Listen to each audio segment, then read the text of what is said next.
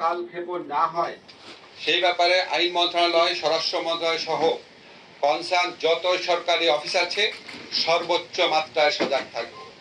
এবং একই সাথে সাথে শুধু এই ঘটনা, শুধু এই ধর্ষণের ঘটনা না, নারীর প্রতি সহিংসতা বা নারীর প্রতি নির্যাতন, রেপের মতো কেসে ইনভেস্টিগেশন যে অফিসার ছিলেন, ইনভেস্টিগেশন অফিসার যখন 30 দিনের মধ্যে তদন্ত কাজ সম্পন্ন করতে না পারলে ওনাকে চেঞ্জ করে আরেকজনকে দেওয়া হতো, আরেকজন না পারলে তাকে চেঞ্জ করে আরেকজনকে দেওয়া হতো।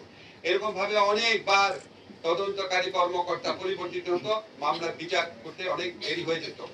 আমরা ইনশাআল্লাহ যে সংশোধনী আনবো সেখানে আমরা বলবো তদন্তকারী অফিসার যাকে নির্দিষ্ট করা হয়েছে তাকেই তদন্ত কাজ সম্পন্ন করতে হবে নির্দিষ্ট সময়ের মধ্যে। তদন্তকারী অফিসার পরিবর্তন করা যাবে না।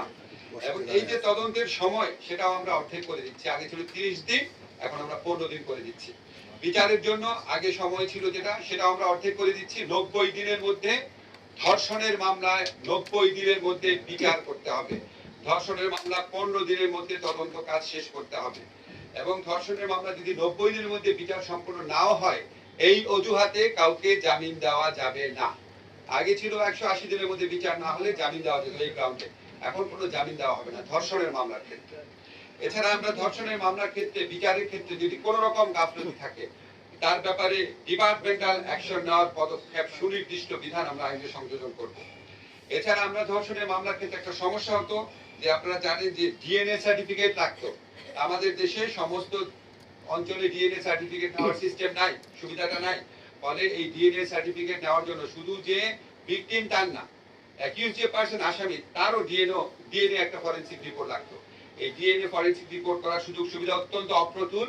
এই জন্য ধর্ষণের মামলার বিচার অনেক দেরি হয়ে যেত।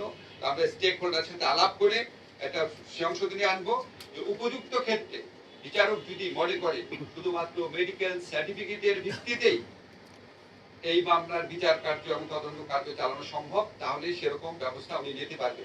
আপনারা মাগুরের ঘটনা যদি দেখেন, মাগুরার ঘটনার মতো ক্ষেত্রে এরকম আরো অনেক ঘটনা ঘটতে পারে যেখানে আসামিরা হাতে নাতে ধরা পড়ে। সেখানে আমরা ডিএনএ সার্টিফিকেট পাওয়ার জন্য সময় ক্ষেপণ রোধ করার কল্পে এই পরিবর্তনটা আনার চিন্তা করছি। আরেকটা হচ্ছে আমাদের সরকারের পক্ষ থেকে সমস্ত ডিস্ট্রিক্টে ডিএনএ ফরেনসিক ল্যাবরেটরি স্থাপন করার জন্য অচিরেই ব্যবস্থা নেওয়া হবে, পদক্ষেপ নেওয়া হবে। এছাড়াও আমরা আজকে যে প্রধান উপদেষ্টার সাথে আমাদের মিটিং হয়েছে সেখানে আরো কিছু পদক্ষেপ ব্যাপারে আলোচনা হয়েছে। তথ্যমন্ত্রী সার্বিক নিরাপত্তা নিশ্চিতকরণে আইন শৃঙ্খলা বাহিনী কাজ করে যাচ্ছে। এ ব্যাপারে তারা সর্বোচ্চ সতর্ক অবস্থায় রয়েছে। রমজান ও আসন্ন ঈদে সাধারণ জনগণের বাড়ি যাত্রা নিরাপদ ও নির্বিঘ্ন করার লক্ষ্যে মহাসড়ক সমূহে চাঁদাবাজি ও ছিনতাই রোধে প্রয়োজনীয় ব্যবস্থা গ্রহণ করে আইন শৃঙ্খলা বাহিনীকে প্রয়োজনীয় নির্দেশ দেওয়া হয়েছে।